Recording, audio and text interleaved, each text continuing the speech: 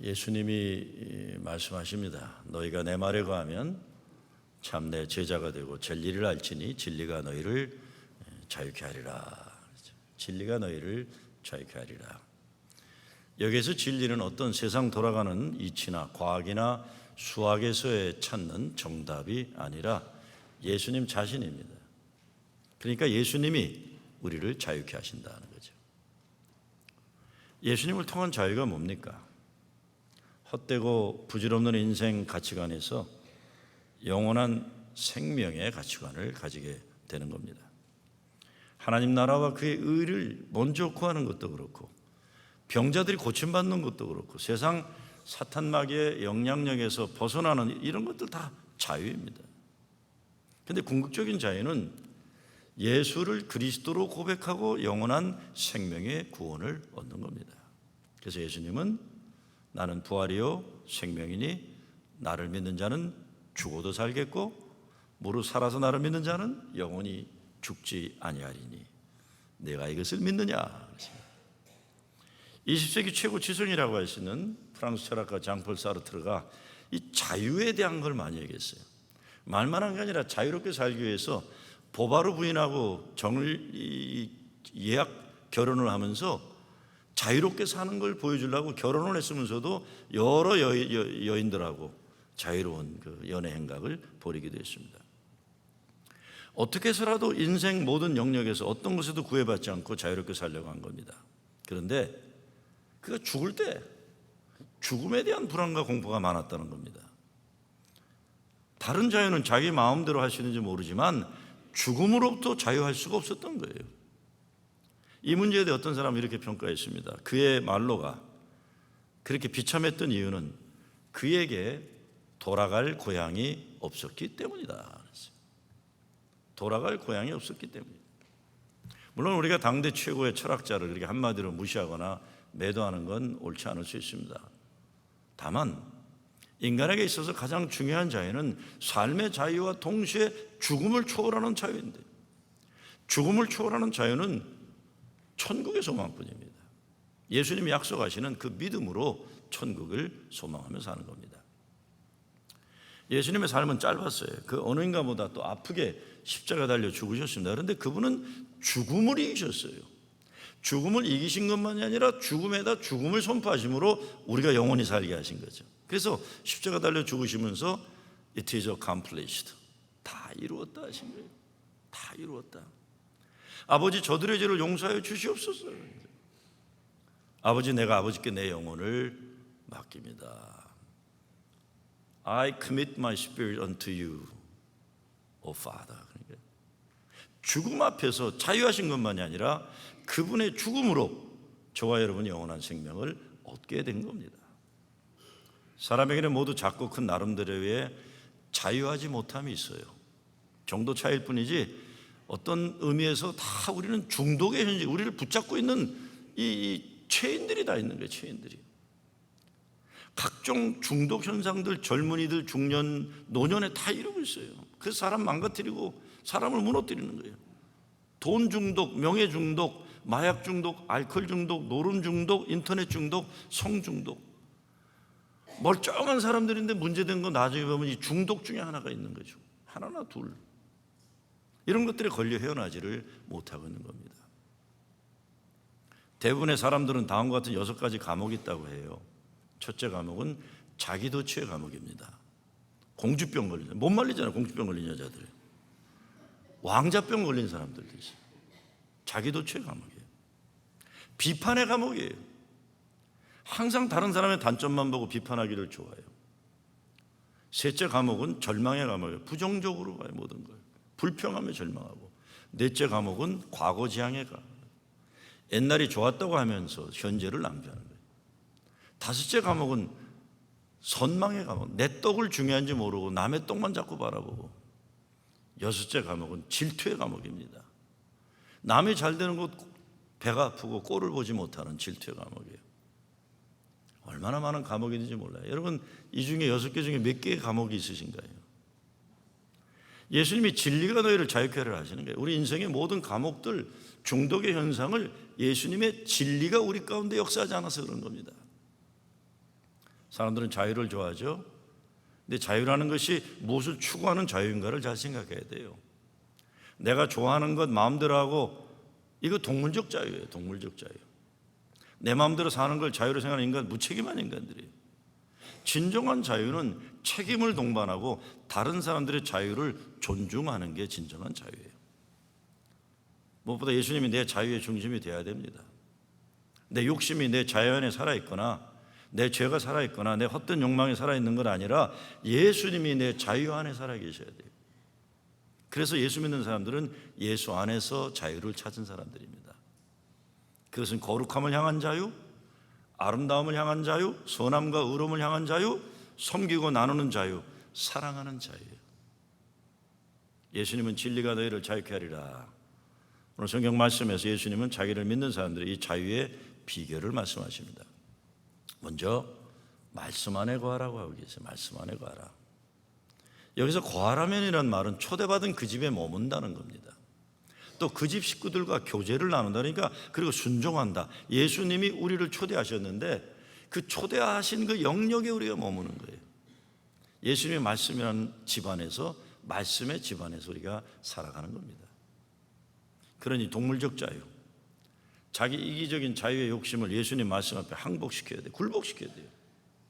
그러니까 자유는 예수님 안에서 훈련된 삶을 통해 이루어지는 겁니다. 훈련. 내가 마음먹는다고 되는 게 아니잖아요.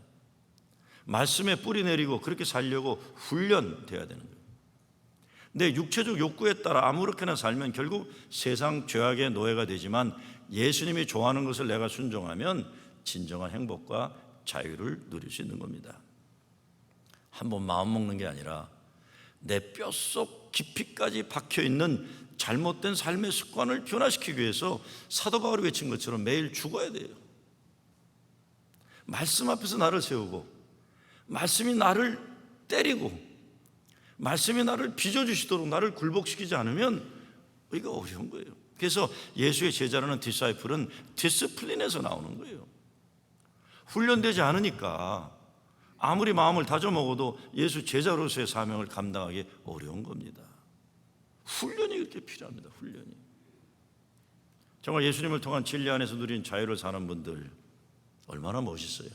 이런 분들은 제가 지난주 그랬었지만 존재의 지긋함, 존재의 넉넉함 있는 분들이에요. 돈이 많거나 적거나 세상 명예가 많거나 있거나 없거나 그런 것에 사로잡히지 않고, 사도 바울이 말하는 것처럼 어떤 삶의 조건과 형편에서도 자족하는 법을 배운 사람들이에요. 옛날 디오게네스를 찾아온 알렉산더 대왕이 그러잖아요. 거지 디오게네스에게 내가 너를 위해서 뭐 해줄 수 있을까? 그래요. 그때 디오게네스가 뭐라 합니까? 태양 빛을 가로막지 말고 옆으로 비켜서라 그러잖아요. 아주 극단적인 얘기지만, 예수의 자유는 바리새인들이 그렇게 집요하게 잡아 죽이려고 애를 써도 죄인들을 용서하기 위해서 죄인들을 계속 만나시는 거예요. 병자들을 고치시고 하나님 나라 복음을 선포하는 일을 포기하지 않으시는 거예요. 반면에 쉬지 않고 투정 부리고 보채는 사람들 참 많아요.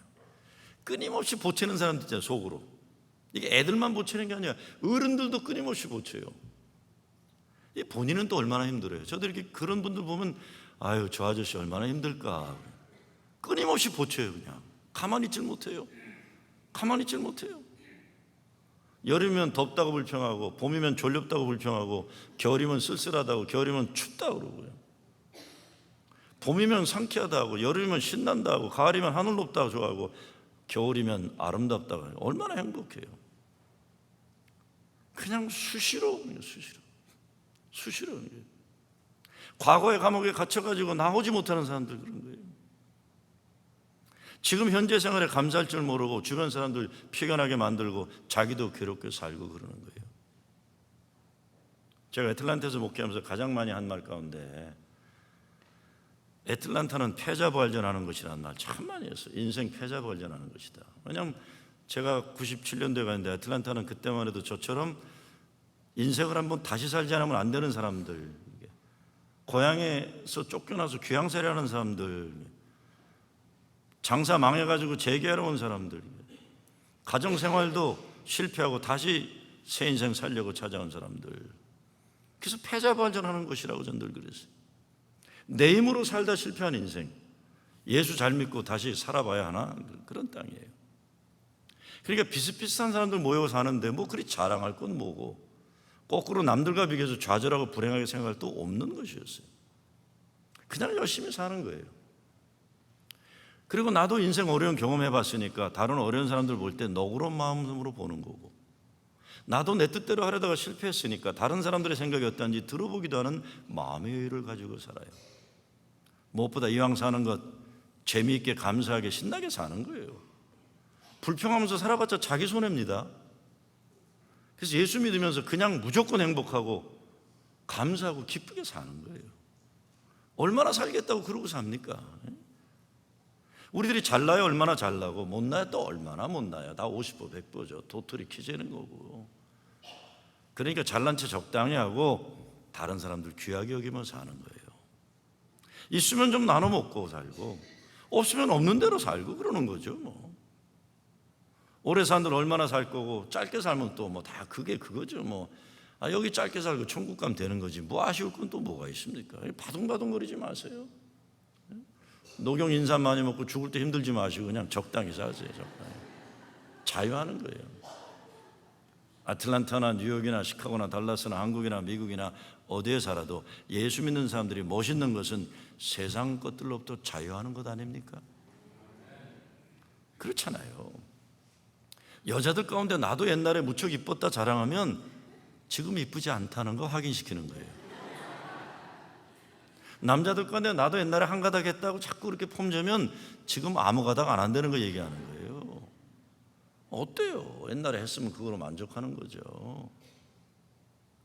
그런 말들 한다고 뭐가 달라집니까? 그냥 있으면 있는 대로 없으면 없는 대로 하나님 감사합니다. 예수님 사랑합니다. 여보 고마워. 그러고 살면 남들이 보기도 좋고 본인도 얼마나 당당하고 행복하겠습니까? 그리고 이 말씀 꼭 드리고 싶은데요. 제가 우리 교인들에게 관심 가지는 건 딱 하나밖에 없어요. 신앙생활 잘하는 거예요. 성경 공부 열심히 하고 기도생활 잘하고 교회에서 성가대를 하고 주일학교를 가르치건 섬기는 신앙생활하는 것 이게 제 관심이지 다른 건 별 관심이 없어요. 저는요. 그리고 우리같이 교회생활 잘하다가 천국 같이 가면 되는 거예요. 주거니 바꿔면서 내가 먼저 간다 뒤따라와라. 그렇게 가는 거예요. 다른 안목의 정욕과 이생의 자랑 저도 그렇고 여러분도 내려놓을수록 행복합니다. 내려놓을수록 행복해요. 교회생활도 그렇습니다.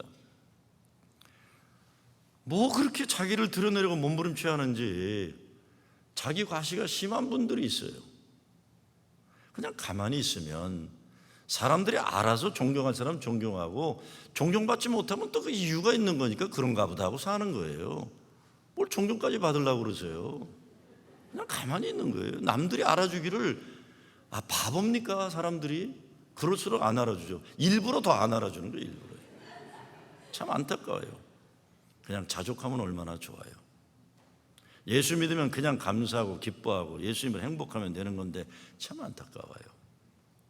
영국 속담에 지금 이때가 아닌 다른 때, 이 사람이 아닌 다른 사람, 여기가 아닌 다른 곳 맨날 생각하는 사람 불행한 인간이라고 그랬어요. 여기 이 사람이 귀하고 여기 있는 이 사람들 때문에 행복하고 내가 하는 이 일이 하나님께 주신 귀한 사명, 이 자유를 드리는 거예요. 우리가 예수 믿으면 예수 믿는 것에 관심에 집중해야 됩니다. 예수로 만족하고 예수로 자유하고 예수로 행복하면 되는 거예요. 행복한 거예요. 그걸 보고 자녀들이 나도 예수 믿고 싶다 이렇게 되는 거죠. 예수님 말씀 안에 거하는 사람은 예수님으로 만족하는 사람입니다. 예수님은 너희가 내 안에 거하 내 말에 거하면 참 내 제자가 되고라고 했어요. 예수님 제자가 된다는 것은 그 말씀을 믿는다는 것이고 그 말씀 따라 산다는 겁니다. 그 말씀의 핵심이 뭡니까? 하나님이 사랑하신다는 거예요. 하나님이 우리를 사랑하신다는 복음이에요. 그 사랑이 그냥 시시한 사랑이 아니라 우리를 살리기 위해 독생자 예수 그리스도를 십자가 달려 죽으시기까지 사랑하신 그 사랑, 이 사랑을 믿고 믿는 대로 사는 거예요. 그래서 우리 주일학교 전도사 인터뷰 때문에 주일학교 관계자들하고 이렇게 얘기하다 그 얘기했어요. 내가 우리 교회 어떤 권사님하고 얘기 나누다 그랬어요. 참 그 어려운 삶에도 행복하게 신앙생활하는 분이세요. 그래서 권사님이나 저나 저 같은 사람들은 어려서 주일학교 다니며 교회에서 받은 그 사랑의 저수지가 너무 커서 나이를 먹어도 그 힘으로 사는 거 아닙니까? 그래서 내가 그래서 주일학교 담당자를 부탁했어요. 우리 교회 다니는 애들은 이 후라싱 제일교회 주일학교 다니는 그때 받은 사랑 때문에 늙어 죽을 때까지도 그 힘으로, 사랑의 힘으로 살 수 있는 그 교회 만들어 달라는 거예요. 다른 거 바랄 게 뭐가 있어요? 그 사랑, 하나님이 우리를 사랑하신다는 거예요. 그 사랑이 넉넉한 거죠. 두 번째, 진리를 알면 그 진리가 자유케 하리라. 그 자유케 하는 진리를 36절에서는 그러므로 아들이 너희를 자유케 하면 너희가 참으로 자유하리라 그랬어요. 그래서 진리는 철학적인 전제가 아닙니다. 예수 그리스도예요. 예수님이 보여주신 그 삶, 가르침 속에서 자유를 아는 것이고 자유를 사는 거예요. 그런데 아들이 너희를 자유케 하면, 예수님 그분이 우리를 자유케 한다는 거예요. 결국 예수 십자가 은혜 안에서 누리는 자유예요. 아마 사도 바울만큼 철저하게 하나님 말씀에 순종하며 살려고 하는 인간은 없을 겁니다. 그런데 그 고백이 뭡니까? 오라 나는 곤고한 사람이다. 이 사망의 몸에서 누가 나를 건져내랴? 내 자신의 마음으로는 이 하나님의 법을, 육신으로는 죄의 법을 섬기노라 그랬어요. 그러면서 뭐라고 합니까? 나는 죄인 중 괴수다. 인간이 아무리 의롭고 선하고 거룩하다고 해도 육체를 가진 인간의 한계를 고백하는 거예요. 그러면서 바울이 외치는 게 뭡니까? 우리 주 예수 그리스도로 말미암아 하나님께 감사리로다. 이제 그리스도 안에 있는 자에게는 결코 정죄함이 없나니 그랬어요. 이는 그리스도 예수 안에 있는 생명의 성령의 법이 죄와 사망의 법에서 너를 해방하였습니다. 하나님이 예수 그리스도를 통해 죄의 용서함을 준 사람들을 여러분들이 왜 자꾸 정죄하세요? 거꾸로 주님의 십자가 보혈로 죄사함을 받은 난데 누가 여러분에게 손가락질하면 피식 웃어버리세요. 네가 뭔데 날 무시하냐. 나의 생명은 예수의 생명과 맞바꾸신 귀한 존재인데 당신이 뭔데 나를 무시해. 예수 믿는 사람 이런 당당함이 있어야 되는 거예요. 그런 당당함이에요. 기죽을 게 없는 거죠. 기죽을 게. 그리스도 예수 안에 있는 생명의 성령의 법이 죄와 사망의 법에서 너를 해방하였습니다. 그렇죠? 인간 자신의 능력만으로는 아무것도 할 수 없다는 하나님 앞에서 굴복하는 예수 그리스도 십자가 앞에 선언하는 자기 포기가 있어야 합니다. 예수 십자가 앞에서 항복 선언할 때 그때부터 우리는 진정한 자유인이 되는 거예요. 내려놓는 거예요. 이번 주중에 부흥회를 인도하고 온 교회가 목회하기가 쉽지 않은 교회예요. 목회하기가 쉽지 않은 거예요. 근데 목사님이 목회를 참 잘하더라고요. 충청도 사람인데 이 사람이 서울대학교 나오고 철학을 하고 두루신학교에서 PhD 철학 박사라는 실력자인데, 근데 이게 얼굴이나 몸놀림이 충청도 예산 출신인데 얼마나 어눌한지 몰라요. 그냥 말도 느리고, 그리고 누가 뭐라고 하면 그 교인들이 세요 보니까. 근데 눈만 껌뻑껌뻑이 누가 뭐라 그러면 그냥 눈만 껌뻑껌뻑해요. 그러니까 그 남편 목회하는 것 본 사모는 또 이대 법대 나온 여자인데 답답해 죽으려고 그래요. 그냥 답답해 죽으려고 그래요. 그래서 제가 사모가 목회하지 그랬어요. 근데 목회를 제가 보기에 잘해요. 시끄럽고 정신없는 교회 될 수 있는데 오히려 그런 스타일 목회가 교인들을 조용하게 하고 느긋하게 하고 편안하게 하는 것 같더라고요. 그러면서도 중요한 핵심을 붙잡고 목회를 내용적으로 알차게 하는 것 보면서 제가 많이 배웠어요. 그래서 나도 이제부터는 목회하면서 누가 뭐라고 하면 뭐 회의할 때도 내 생각 말하지 않고 눈만 껌뻑껌뻑 하려고 해요. 껌뻑. 말도 안 하려고 그래 누가. 아, 이러면 되는 건가다. 자꾸 내 의견을 얘기하니까 반대파도 생기고 내 속마음을 드러내니까 또 싫어하는 사람 생겨서 이제 앞으로 그냥 가만히 입만 뻥뻑 눈만 뻥뻑. 네? 중심만 예수로 잡히면 되는 것이 내 생각 내 뜻이 너무 강할 필요 없는 거예요.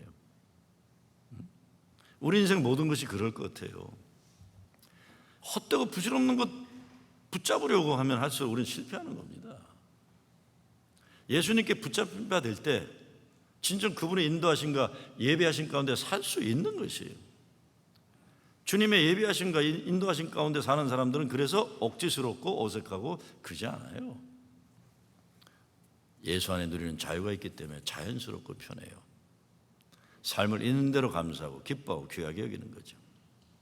근데 이 진리 안에서 찾는 자유라는 것을 당시 종교 지도자들이 있던 서기관이나 바리새인들은 이해할 수가 없었던 것이에요. 그러니까 예수님을 미쳤다고 자꾸 그러는 거예요. 그리고 죽여버려야 된다고 생각하는 거예요. 사실 예수님이 미친 게 아니죠. 바리새인들은 너무도 철저하게 자기들은 하나님 편이라고 확신하면서 다른 사람들에게 무거운 종교의 짐을 짊어주고 사람 죽이는 일에 앞장섰잖아요. 그런데 예수님이 이 사람들 계속 이런 나쁜 짓 못하게 하니까 예수님을 미쳤다고 하고 죽이려고 하는 거예요. 예수님이 제대로 하나님의 일을 하니까 바리새인들이 예수님 싫어한 겁니다. 싫어한 거예요. 작년에 나치 포로 수용소 아우슈비츠 생존자이고 노벨 평화상 80년대 받았던 뉴욕에서 살다 가셨죠. 문학가 보스턴 대학 문학 가리키던 엘리 비젤 세상 떠났어요. 그분이 하나님의 미친 짓이라는 희곡을 쓴 일인데 그 희곡 가운데 이런 구절이 나옵니다. 오늘날 하나님을 바로 믿고 진정으로 인간을 사랑하러 간다면 미치지 않으면 안 됩니다.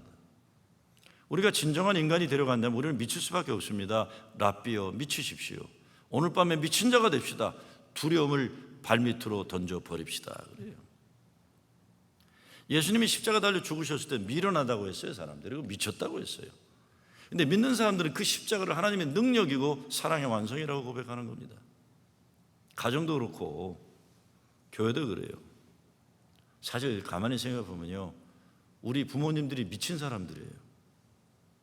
우리 부모가 이민 와서 살면서 미쳐서 자기 거 먹고 싶은 거 먹지 않고 입을 거 입지 않고 그렇게 살아서 우리가 이렇게 살 수 있는 거예요. 제 어머님하고 옛날 같이 살 때 저희 집사람이 우리 어머님 생신이나 선물 드리는 걸 참 싫어했어요. 왜냐하면 드려도 안 쓰세요. 좋은 걸 드리면 침대 밑에 다 싸놓고요. 빵꾸난 거 겨 있고 빵꾸난 거 깁니다. 그리고 나중에 딴 사람 주는 거예요. 자기를 위해서 쓸 줄 모르시는 거예요. 자기를 위해서. 자기를 쓸지 못하는 거예요. 돌이켜보면 제 아버지도 일찍 돌아가셨는데 다른 것 아니에요.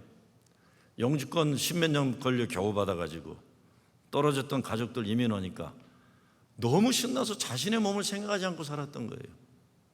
너무 신나가지고 몸이 견디지 못하니까 47이라는 젊은 나이에 가신 거예요. 미쳤죠. 우리 어머님은 남편 돌아가자마자 그 다음부터 새벽 세탁소 나가서 하루도 쉬지 않으셨어요.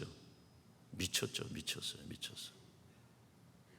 우리 부모들이 다 자녀 사랑에 미쳤으니까 이민의 자녀들이 미국에서 당당하게 자랑스럽게 살아가고 있는 겁니다. 얼마나 자랑스러워요, 우리 자녀들이요. 교회도 마찬가지예요. 교회도 보면요, 교회 사랑에 제정신 아니게 미친 사람들이 많아요. 자기 건강 챙기지 못하면서 교회를 위해서도 바치는 사람들. 저는 목회하면서 교회가 어려울 때일수록 하나님의 큰 은혜를 많이 체험했어요. 제가 참 신기하게 700만 불짜리 건축을 2번 했잖아요. 첫 번 건축 때는 IMF가 터진 다음에 했으니 얼마나 힘들었겠어요. 두 번째 건축은 미국 스탁마켓이 붕괴된 다음에 했으니 말도 안 되게 힘들었어요. 근데 그 가운데 기적을 많이 경험했어요. 뭐 그것만 간증할래도 뭐 날 새는 일인데, 한 번은 건축이 다 끝난 다음인데 어느 나이 많은 교인 4분이 저를 찾아오셨어요. 이렇게 얘기해요. 목사님, 우리 아들이 건축헌금 약속한 거 제가 다 압니다. 못 냈죠? 그래요. 아니에요. 무슨 말씀하세요? 다 냈는데요. 그리고 건축 끝난 지 언젠데 갑자기 그런 얘기 왜 하세요? 제가 알아요, 목사님. 못 냈을 거예요. 사업이 얼마나 어려웠는지 목사님도 잘 아시잖아요. 목사님 이거 받으세요. 지난 몇 년간 우리 아이들이 우리 쓰라고 준 용돈인데 이거 아들이 약속 못 지켰으면 부모된 우리가 책임져야 할 것 같아서 이거 가지고 왔습니다. 우리 애한테는 말하지 마세요. 그 헌금을 가지고 오신 거예요. 그래서 아드님 모르도록 헌금 명단에 무명을 했지만 아들을 제가 불렀어요. 친하니까. 야, 최 집사, 아버지가 이거 가져왔더라. 너 아버지한테 얘기하지 마라. 나 알고는 있어라. 알고는 있어라. 그 젊은 집사가 눈물 뚝뚝뚝 흘리고 있는 거예요. 알고는 있어라. 모른 척해라. 너는 모른 척해라. 미쳤어요. 미쳤어. 누구는 뭐 돈 쓰고 싶지 않아서 그러는 겁니까? 미친 거예요. 미친 거. 이런 제정신없이 주의 몸된 교회를 위해 사랑하고 헌신한 희생한 교인들이 있었기 때문에 교회는 가능한 거예요. 근데 유대인들이 예수님 미쳤다고 비난하고 죽이려 했지만 그분 예수님 미치셔서 우리가 자유 얻었고 죽으셔서 우리가 영생 얻은 거예요. 우리 부모님들이 제정신이 아니라 자기 자신들 챙기지 않고 우리 챙겨서 우리가 오늘날 이렇게 버젓하게 사는 거예요. 교회도 예수님의 사랑과 은혜에 미친 여러분들 때문에 이렇게 세움받고 있는 겁니다. 마지막으로 진리를 통한 자유의 인격화가 필요해요. 아들이 너희를 자유케 하면 너희가 참으로 자유하리라. 너희가 참으로 자유하리라. 여기 You will be free. 이거는 자유로 산다는 의미도 있지만 자유의 존재가 된다는 의미도 포함되는 겁니다. 자유로운 존재가 되는 거예요. 예수 말씀 안에 가면 제자가 되고 제자가 되면 진리를 알게 되고 바로 그 진리가 자유를 주는데 그 자유란 예수님 때문에 자유가 인격화된 존재가 되는 거예요. 상황에 따라 자유롭고가 아니라 어떤 현실 어떤 환경 중에서라도 자유로 사는 인격체가 되는 자유된 존재를 말하는 거예요. 존재의 지긋함, 존재의 넉넉함. 제 스승께서 많이 쓰신 용어예요. serenity. 시끄러움, 분주함, 정신없음의 반대말이에요. 예수 믿으면 존재의 넉넉함, 존재의 지긋함이 있어야 돼요. 보채는 사람들 얼마나 많아요. 이거 애들이 보채도 배기 싫은데 70 넘어가지고 보채는 거 어쩌겠다는 거예요. 어쩌가지고요. 겉은 멀쩡한 것 같은데 속으로 시끄러운 사람들 얼마나 많은지 몰라요. 하나님의 평화 이루지 못했기 때문에 감사할 줄 모르고 불평불만으로 충만한 사람들 자유해야 돼요. 자유. 영성가 리차드 포스터가 현대인의 죄를 그래서 시끄러움, 분주함, 조급함이라고 해요. 여기서 구원받아야 됩니다. 진리로 자유케 된 우리들에게 있어 자유는 삶 자체예요. 다른 사람들에 의해서 우리가 존재가 규정되지 않습니다. 다른 사람들이 나에서 어떻게 말하느냐, 내 가치가 판단되는 게 아니라 다른 사람들이 나에서 어떻게 생각하느냐가 내 행복을 좌지우지하는 게 아니에요. 나는 이미 예수님 진리로 자유되었기 때문에 성경에서는 이런 사람들을 세상에 어찌하지 못한다고 그랬어요. 누가 우리를 건드립니까? 누가 저와 여러분을 건드려요? 예수님의 생명의 증표가 우리 몸속에 있는데 누가 우리를 함부로 건드려요? 자유한 존재, 자유. 진리가 아닌 것에 목을 메고 열심히 사람들 많아요. 특별히 종교인들 가운데 이런 사람 너무 많아요. 불행해요. 불행해요. 여러분 진짜 진리를 찾으셔야 돼요. 교인들 보면 헛된 소문들 만들어가지고 그렇게 재미난지 모르겠어요. 근데 문제는 그게 다 저한테 온다는 걸 알고 계세요, 여러분. 그 비밀이 없습니다, 세상에. 그러지 마세요. 그게 무슨 재미예요? 그 애들도 아니고 70 다 넘어가지고 없는 말 만들어내고 그게 하나 재미없어요. 저도 재미없어요, 그러는 거. 뭔가 의미 있게 싸워야죠, 싸워도요. 사탄 마귀와 권세와 싸우기도 바빠 죽겠는데 말 안 되는 것 갖고도 자꾸들 그것도 애들도 아니고 어쩔 줄 모르겠어요, 정말. 그러지 마세요. 불행한 거예요. 예수님 자유가 인격화된 사람 가운데 캐톨릭 수도회 프란시스칸 소속 선교사 일본을 찾아갔던 프란시스 익세비어라는 사람이 있어요.